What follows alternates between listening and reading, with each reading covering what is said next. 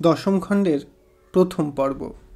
15 দিন এখানে একেবারে বন্য জীবনযাপন করিলাম, যেমন থাকে গাঙ্গতারা কি গরিব ভূঁইহার বামুনরা।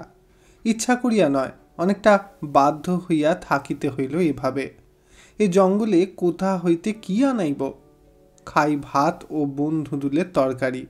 বনের কাঁকরোল কি মিষ্টি আলু তুলিয়া আনে সিপাহীরা, তাই ভাজা বা সিদ্ধ। মাছ, দুধ, ঘি কিছু নাই। অবশ্য বনে শিল্লি ও ময়ূরের অভাব ছিল না, কিন্তু পাখি মারিতে তেমন যেন মন সরে না বলিয়া বন্দুক থাকা সত্ত্বেও নিরামিষই খাইতে হইত। ফুলকিয়া বৈহারে বাঘের ভয় আছে। একদিনের ঘটনা বলি। হাড় ভাঙা শীত সেদিন। রাত 10টার পরে কাজকর্ম মিটাইয়া সকাল সকাল শুইয়া ঘুমাইয়া পড়িয়াছি।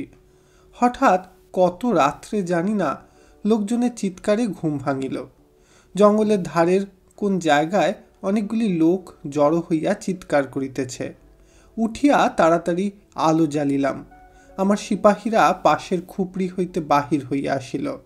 সবাই মিলিয়া ভাবিতেছি ব্যাপারটা কি। এমন সময় একজন লোক ছুটিতে ছুটিতে আসিয়া বলিল, ম্যানেজার বাবু, বন্দুকটা নিয়ে শিগগিরই চলুন, বাঘে একটা ছোট ছেলে নিয়ে গিয়েছে খুপড়ি থেকে। জঙ্গলের ধার হইতে মাত্র 200 হাত দূরে ফসলের ক্ষেতের মধ্যে ডোমন বলিয়া একজন গাঙ্গতা প্রজার একখানি খুপড়ি। তাহার স্ত্রী 6 মাসের শিশু লইয়া খুপড়ির মধ্যে শুইয়াছিল। অসম্ভব শীতের দরুন খুপড়ির মধ্যেই আগুন জ্বালানো ছিল এবং ধোঁয়া বাহির করিয়া দিবার জন্য দরজার ঝাঁপটা একটু ফাঁক ছিল। সেই পথে বাঘ ঢুকিয়া ছেলেটিকে লইয়া পলাইয়াছে। কি করিয়া জানা গেল বাঘ? শিয়ালও তো হইতে পারে, কিন্তু ঘটনাস্থলে পৌঁছিয়া আর কোনো সন্দেহ রহিল না। ফসলের ক্ষেতের নরম মাটিতে স্পষ্ট বাঘের থাবার দাগ। আমার পাটোয়ারি ও সিপাহীরা মহালে অপবাদ রটিতে দিতে চায় না।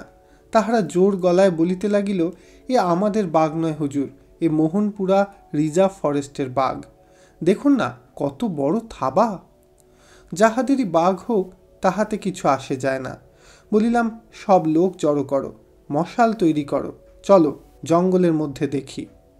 সেই রাত্রে অত বড় বাঘের পায়ের সদ্য থাবা দেখিয়া ততক্ষণ সকলেই ভয়ে কাঁপিতে শুরু করিয়াছে। জঙ্গলের মধ্যে কেহ যাইতে রাজি নয়। ধমক ও গালমন্দ দিয়া 10 লোক জুটাইয়া মশাল হাতে টিন পিটাইতে পিটাইতে সবাই মিলিয়া জঙ্গলের নানা স্থানে বৃথা অনুসন্ধান করা গেল। পরদিন বেলা 10টার সময় মাইল 2 দূরে দক্ষিণ পূর্ব কোণের ঘন জঙ্গলের মধ্যে একটা বড় আসান গাছের তলায় শিশুটির রক্তাক্ত দেহাবশেষ আবিষ্কৃত হইল। কৃষ্ণপক্ষের কি ভীষণ অন্ধকার রাত্রিগুলি নামিল তাহার পরে। সদর কাছারি হইতে বাঁকে সিং জমাদারকে আনাইলাম। বাঁকে সিং শিকারী, বাঘের গতিবিধির অভ্যাস তার ভালোই জানা। সে বলিল, হুজুর, মানুষ খেকো বাঘ বড় ধূর্ত হয়, আর কটা লোক মরবে, সাবধান হয়ে থাকতে হবে। ঠিক 3 দিন পরেই বনের ধারে সন্ধ্যার সময় একটা রাখালকে বাঘে লইয়া গেল। ইহার পরে লোকে ঘুম বন্ধ করিয়া দিল। রাত্রে এক অপরূপ ব্যাপার। বিস্তীর্ণ বৈহারের বিভিন্ন খুপড়ি হইতে সারা রাত টিনের ক্যানেস্ত্রা পিটাইতেছে। মাঝে মাঝে কাশের ডাঁটার আঁটি জ্বালাইয়া আগুন করিয়াছে। আমি আর বাঁকে সিং প্রহরে প্রহরে বন্দুকের দেওর করিতেছি। আর শুধুই কি বাঘ, ইহার মধ্যে একদিন মোহনপুরা ফরেস্ট হইতে বন্য মহিষের দল বাহির হইয়া অনেকখানি ক্ষেতের ফসল তছনছ করিয়া দিল। আমার কাশের খুপড়ির দরজার কাছেই সিপাহীরা খুব আগুন করিয়া রাখিয়াছে। মাঝে মাঝে উঠিয়া তাহাতে কাঠ ফেলিয়া দিই। পাশের খুপড়িতে সিপাহীরা কথাবার্তা বলিতেছে।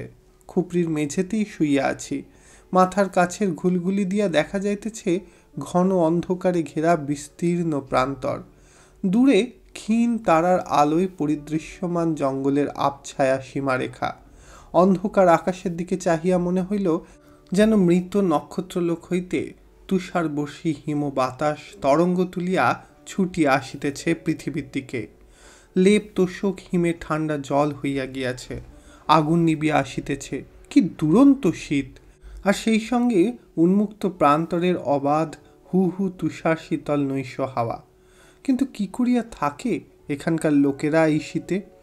এই আকাশের তলায় সামান্য কাশের খুপড়ির ঠান্ডা মেঝের উপর কি করিয়া রাত্রি কাটায়? তাহার উপর ফসল চৌকি দিবার এই কষ্ট। বন্য মহিষের উপদ্রব, বন্য শুকুরের উপদ্রবও কম নয়, বাঘও আছে। আমাদের বাংলাদেশের চাষিরা কি এত কষ্ট করিতে পারে? অত উর্বর জমিতে, অত নিরুপদ্রব গ্রাম্য পরিবেশের মধ্যে ফসল করিয়াও তাহাদের দুঃখ ঘোচে না।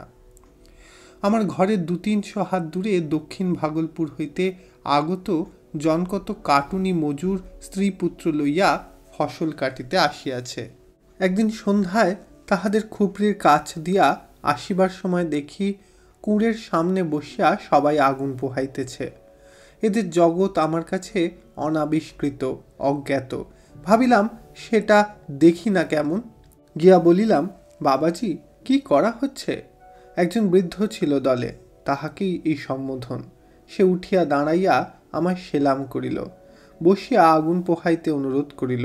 ইহা এদেশের প্রথা, শীতকালে আগুন পোহাইতে আহ্বান করা ভদ্রতার পরিচয়।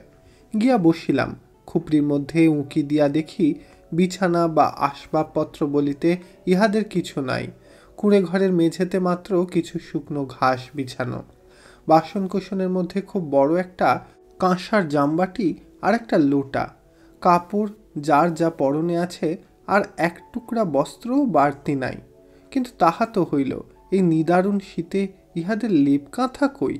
রাত্রে গায়ে দেয় কি? কথাটা জিজ্ঞাসা করিলাম। বৃদ্ধের নাম নকছেদি ভক্ত, জাতি গাঙ্গোতা। সে বলিল, কেন? খুপড়ির কোণে ওই যে কলাইয়ের ভুসি দেখছেন না রয়েছে টাল করা? বুঝিতে পারিলাম না। কলাইয়ের ভুসির আগুন করা হয় রাত্রে? নকছেদি আমার অজ্ঞতা দেখিয়া হাসিল, বলিল, তা নয় বাবুজি, কলাইয়ের ভুসির মধ্যে ঢুকে ছেলেপিলেরা শুয়ে থাকে। আমরাও কলাইয়ের ভুসি গায়ে চাপা দিয়ে শুই। দেখছেন না, অন্তত 5 মণ ভুসি মজুত রয়েছে। ভারী ওম কলাইয়ের ভুসিতে, 2খানা কম্বল গায়ে দিলেও অমন ওম হয় না। আর আমরা পাবই বা কোথায় কম্বল বলুন না? বলিতে বলিতে একটা ছোট ছেলেকে ঘুম পাড়াইয়া তাহার মা খুপড়ির কোণের ভুসির গাদার মধ্যে তাহার পা হইতে গলা পর্যন্ত ঢুকাইয়া কেবলমাত্র মুখখানা বাহির করিয়া শোয়াইয়া রাখিয়া আসিল। মনে মনে ভাবিলাম, মানুষে মানুষের খোঁজ রাখে কতটুকু? কখনো কি জানিতাম এসব কথা? আজ যেন সত্যিকার ভারতবর্ষকে চিনিতেছি। অগ্নিকুণ্ডের অপর পার্শ্বে বসিয়া একটি মেয়ে কি রাঁধিতেছে। জিজ্ঞাসা করিলাম, ও কি রান্না হচ্ছে? নকছেদি বলিল, ঘাটো। জিজ্ঞাসা করিলাম, ঘাটো কি জিনিস? এবার বোধহয় রন্ধনরতা মেয়েটি ভাবিল এ বাঙালি বাবু সন্ধ্যাবেলা কোথা হইতে আসিয়া জুটিল। এ দেখিতেছি নিতান্ত বাতুল, কিছুই খোঁজ রাখে না দুনিয়ার। সে খিলখিল করিয়া হাসিয়া উঠিয়া বলিল, ঘাটও জানো না বাবুজি? মকাই সেদ্ধ। যেমন চাল সেদ্ধ হলে বলে ভাত, মকাই সেদ্ধ করলে বলে ঘাটো। মেয়েটি আমার অজ্ঞতার প্রতি কৃপাবশত কাঠের খুন্তির আগায় উক্ত দ্রব্য একটুখানি হাঁড়ি হইতে তুলিয়া দেখাইল। আমি জিজ্ঞাসা করিলাম, কি দিয়ে খায়? এবার হইতে যত কথাবার্তা মেয়েটি বলিল। হাসি হাসি মুখে বলিল, নুন দিয়ে, শাক দিয়ে। আবার কি দিয়ে খাবে বলো না? জিজ্ঞাসা করিলাম, শাক রান্না হয়েছে? মেয়েটি বলিল, ঘাটো নামিয়ে শাক চড়াবো, মটর শাক তুলে এনেছি। মেয়েটি খুবই সপ্রতিভ। জিজ্ঞাসা করিল, কলকাতায় থাকো বাবুজি? বলিলাম, হ্যাঁ। মেয়েটি বলিল, কীরকম জায়গা? আচ্ছা, কলকাতায় নাকি গাছ নাই, ওখানকার সব গাছপালা কেটে ফেলেছে। আমি জিজ্ঞাসা করিলাম, কে বললে তোমায়? মেয়েটি বলিল, একজন ওখানে কাজ করে আমাদের দেশের, সে একবার বলেছিল। কীরকম জায়গা দেখতে বাবুজি? এই সরলা বন্য মেয়েটিকে যতদূর সম্ভব বুঝাইবার চেষ্টা পাইলাম আধুনিক যুগের একটা বড় শহরের ব্যাপারখানা কি। কতদূর বুঝিল জানি না, বলিল, কলকাতা শহর দেখতে ইচ্ছে হয়, কে দেখাবে? তাহার পর আরও অনেক কথা বলিলাম তাহার সঙ্গে। রাত বাড়িয়া গিয়াছে, অন্ধকার ঘন হইয়া আসিল। উহাদের রান্না শেষ হইয়া গেল। খুপড়ির ভিতর হইতে সে বড় জামবাটিটা আনিয়া তাহাতে ফ্যান ভাতের মতো জিনিসটা ঢালিল। উপর উপর একটু নুন ছড়াইয়া বাটিটা মাঝখানে রাখিয়া ছেলেমেয়েরা সবাই মিলিয়া চারিদিকে গোল হইয়া বসিয়া খাইতে আরম্ভ করিল। আমি বলিলাম, তোমরা এখান থেকে বুঝি দেশে ফিরবে? নকছেদি বলিল, দেশে এখন ফিরতে অনেক দেরি। এখান থেকে ধরমপুর অঞ্চলে ধান কাটতে যাব। ধান তো এদেশে হয় না, ওখানে হয়। ধান কাটার কাজ শেষ হলে আবার যাব গম কাটতে মুঙ্গের জেলায়। গমের কাজ শেষ হতে জ্যৈষ্ঠ মাস এসে পড়বে, তখন আবার খেরি কাটা শুরু হবে আপনাদেরই এখানে। তারপর কিছুদিন ছুটি। শ্রাবণ ভাদ্রে আবার মকাই ফসলের সময় আসবে। মকাই শেষ হলেই কলাই এবং ধরমপুর পূর্ণিয়া অঞ্চলে কার্তিক শাল ধান। আমরা সারা বছর এই রকম দেশে দেশেই ঘুরে বেড়াই। যেখানে যে সময় যে ফসল সেখানে যাই, নইলে খাবো কি? জিজ্ঞাসা করিলাম, বাড়িঘর বলে তোমাদের কিছু নেই? এবার মেয়েটি কথা বলিল। মেয়েটির বয়স 24-25, খুব স্বাস্থ্যবতী, বার্নিশ করা কালো রং, নিটোল গড়ন, কথাবার্তা বেশ বলিতে পারে, আর গলার সুরটা দক্ষিণ বিহারের দেহাতি হিন্দিতে বড় চমৎকার শোনায়। বলিল, কেন থাকবে না বাবুজি, সবই আছে, কিন্তু সেখানে থাকলে আমাদের তো চলে না। সেখানে যাব গরমকালের শেষে, শ্রাবণ মাসের মাঝামাঝি পর্যন্ত থাকবো। তারপর আবার বেরোতে হবে বিদেশে। বিদেশেই যখন আমাদের চাকরি। তাছাড়া বিদেশে কত কি মজা দেখা যায়।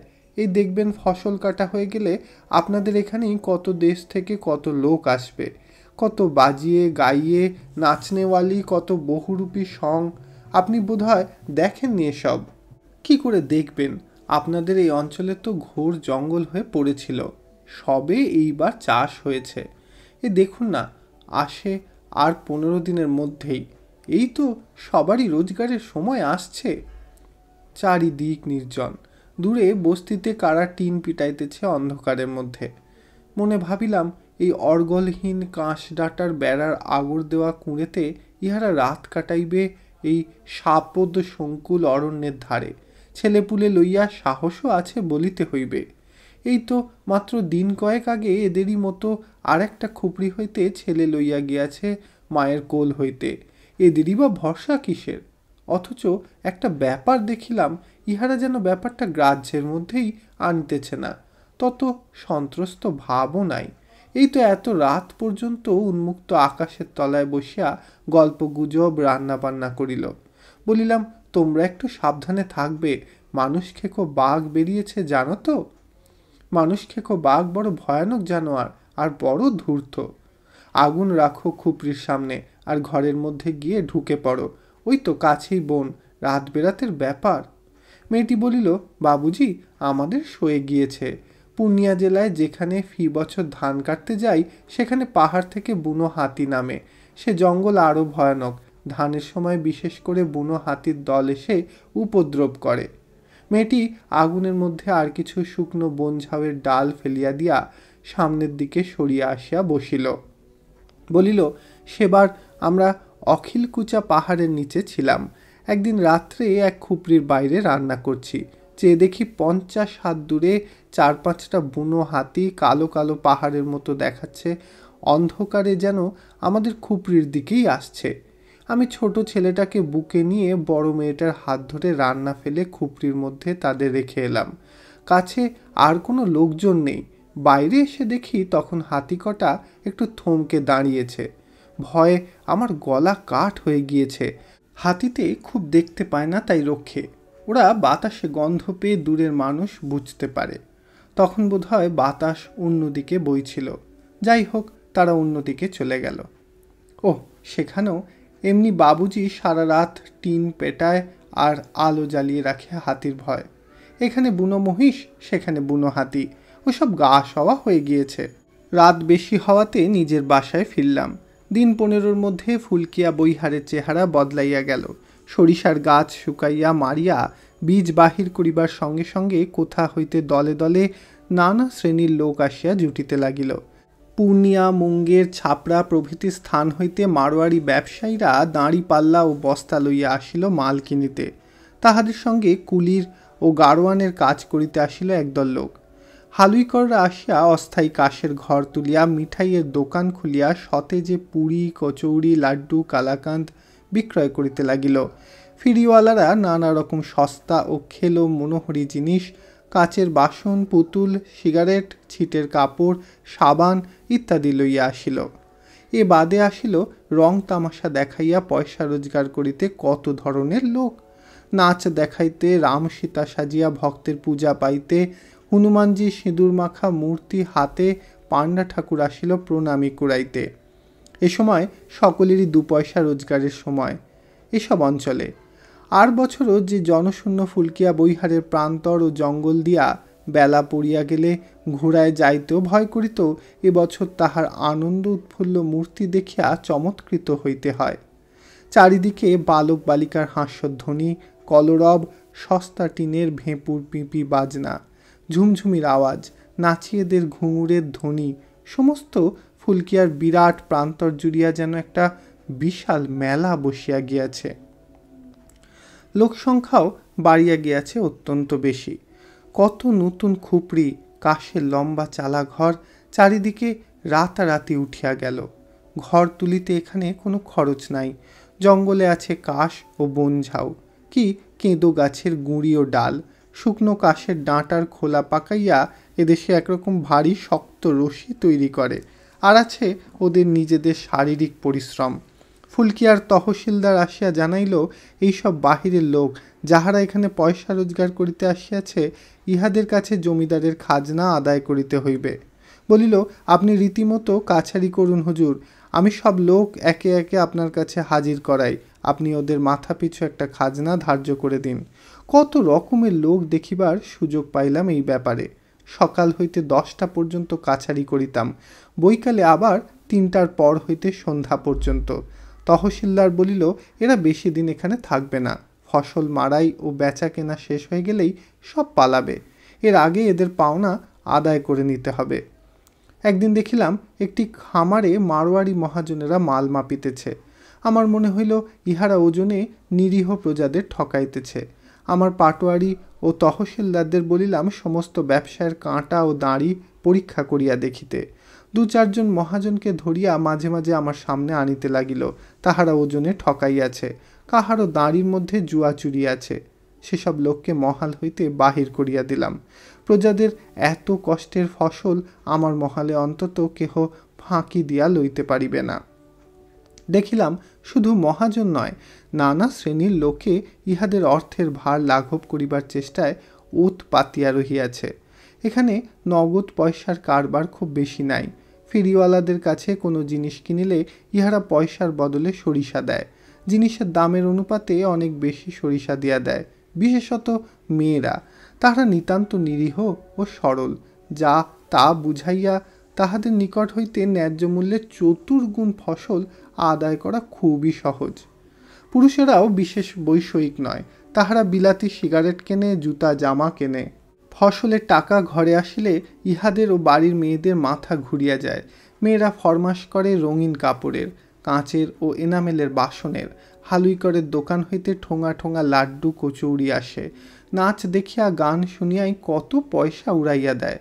ইহার উপর রামজি হনুমানজির প্রণামী ও পূজা তো আছেই, তাহার উপরেও আছে জমিদার ও মহাজনের পাইক পেয়াদারা। দুর্দান্ত শীতে রাত জাগিয়া বন্য শূকর ও বন্য মহিষের উপদ্রব হইতে কত কষ্টে ফসল বাঁচাইয়া বাঘের মুখে সাপের মুখে নিজেদের ফেলিতে দ্বিধা না করিয়া সারা বছরের ইহাদের যাহা উপার্জন, এই 15 দিনের মধ্যে খুশির সহিত তাহা উড়াইয়া দিতে ইহাদের বাঁধে না দেখিলাম। কেবল একটা ভালোর দিক দেখা গেল, ইহারা কেউ মদ বা তাড়ি খায় না। গাঙ্গতা বা ভূঁইহার ব্রাহ্মণদের মধ্যে এসব নেশার রেওয়াজ নাই। সিদ্ধিটা অনেকে খায়, তাও কিনিতে হয় না। বন সিদ্ধির জঙ্গল হইয়া আছে লবটুলিয়া ও ফুলকিয়ার প্রান্তরে, পাতা ছিঁড়িয়া আনিলেই হইল, কে দেখিতেছে। একদিন মুনেশ্বর সিং আসিয়া জানাইল, একজন লোক জমিদারের খাজনা ফাঁকি দিবার উদ্দেশ্যে ঊর্ধ্বশ্বাসে পলাইতেছে, হুকুম হয়তো ধরিয়া আনে। বিস্মিত হইয়া বলিলাম, পালাচ্ছে কিরকম? দৌড়ে পালাচ্ছে? উত্তর করিল, ঘোড়ার মতো দৌড়চ্ছে হুজুর, এতক্ষণে বড় কুণ্ডি পার হয়ে জঙ্গলের ধারে গিয়ে পৌঁছল। দুর্বৃত্তকে ধরিয়া আনিবার হুকুম দিলাম। 1 ঘন্টার মধ্যে 4-5 জন সিপাহী পলাতক আসামিকে আমার সামনে আনিয়া হাজির করিল। লোকটাকে দেখিয়া আমার মুখে কথা সরিল না। তাহার বয়স 60-এর কম কোনো মতেই হইবে বলিয়া আমার তো মনে হইল না। মাথার চুল সাদা, গালের চামড়া কুঞ্চিত হইয়া গিয়াছে। চেহারা দেখিয়া মনে হয় সে কতকাল বুভুক্ষু ছিল, এবার ফুলকিয়া বৈহারের খামারে আসিয়া পেট ভরিয়া খাইতে পাইয়াছে। শুনিলাম সে নাকি ননিচোর নাটুয়া সাজিয়া আজ কয়দিনে বিস্তর পয়সা রোজগার করিয়াছে। গ্র্যান্ড সাহেবের বটগাছের তলায় একটা খুপড়িতে থাকিত। আজ কয়দিন ধরিয়া সিপাহীরা তাহার কাছে খাজনা তাগাদা করিতেছে, কারণ এদিকে ফসলের সময়ও ফুরাইয়া আসিল। আজ তাহার খাজনা মিটাইবার কথা ছিল। হঠাৎ দুপুরের পরে সিপাহীরা খবর পায় সে লোকটা তল্পিতল্পা বাঁধিয়া রওনা হইয়াছে। মুনেশ্বর সিং ব্যাপার কি জানিতে গিয়া দেখে যে আসামি বৈহার ছাড়িয়া চলিতে আরম্ভ করিয়াছে পূর্ণিয়া অভিমুখে। মুনেশ্বরের হাঁক শুনিয়া সে নাকি দৌড়িতে আরম্ভ করিল। তাহার পরই এই অবস্থা। সিপাহীদের কথার সত্যতা সম্বন্ধে কিন্তু আমার সন্দেহ জন্মিল।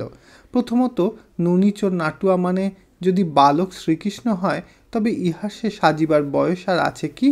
দ্বিতীয়ত, এ লোকটা ঊর্ধ্বশ্বাসে ছুটিয়া পলাইতেছিল, এ কথাই বা কি করিয়া সম্ভব? কিন্তু উপস্থিত সকলেই হলফ করিয়া বলিল উভয় কথাই সত্য। তাহাকে কড়া সুরে বলিলাম, তোমার এই দুর্বৃদ্ধি কেন হলো? জমিদারের খাজনা দিতে হয় জানো না? তোমার নাম কি?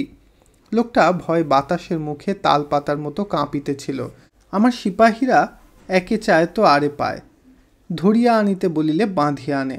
তাহারা যে এই বৃদ্ধ নোটের প্রতি খুব সদয় ও মোলায়েম ব্যবহার করে নাই, ইহার অবস্থা দেখিয়া বুঝিতে দেরি হইল না। লোকটা কাঁপিতে কাঁপিতে বলিল তাহার নাম দশরথ।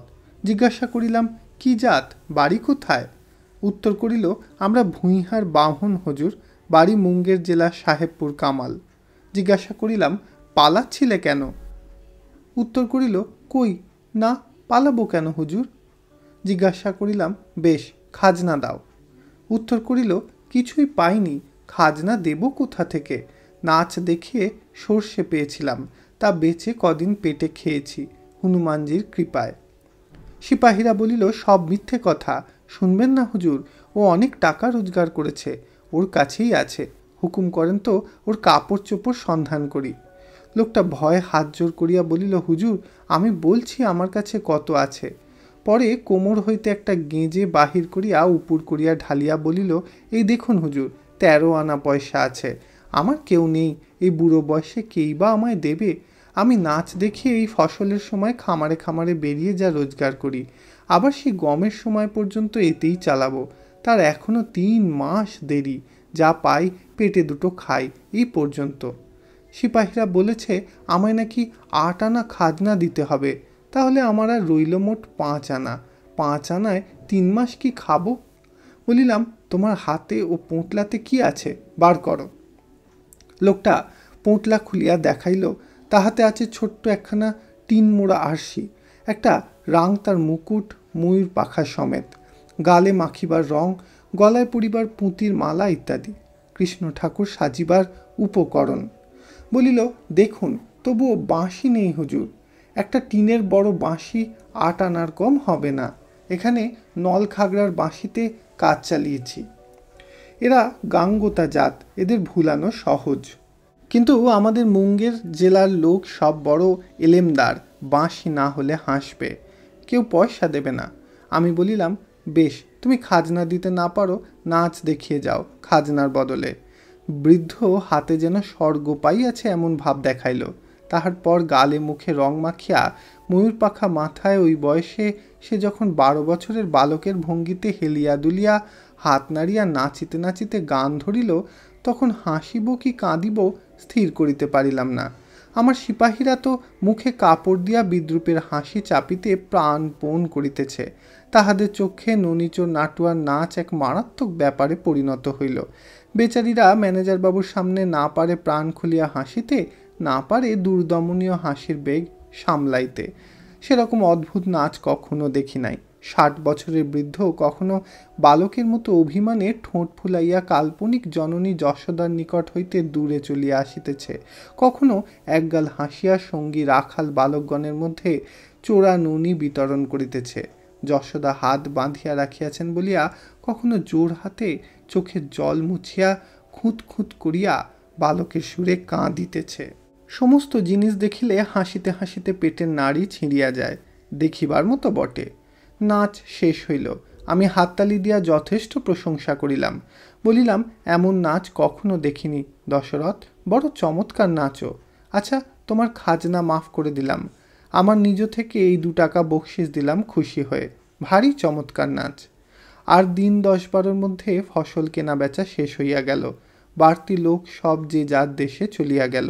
রহিল মাত্র যাহারা এখানে জমি চষিয়া বাস করিতেছে তাহারাই। দোকান পসার উঠিয়া গেল। নাচওয়ালা ফেরিওয়ালা অন্যত্র রোজগারের চেষ্টায় গেল। কাটুনি জনমজুরের দল এখনো পর্যন্ত ছিল শুধু এই সময়ের আমোদ তামাশা দেখিবার জন্য। এইবার তাহারাও বাসা উঠাইবার জোগাড় করিতে লাগিল। ইতি আরণ্যক উপন্যাসের 10ম খণ্ডের প্রথম পর্ব সমাপ্ত হইল। ধন্যবাদ।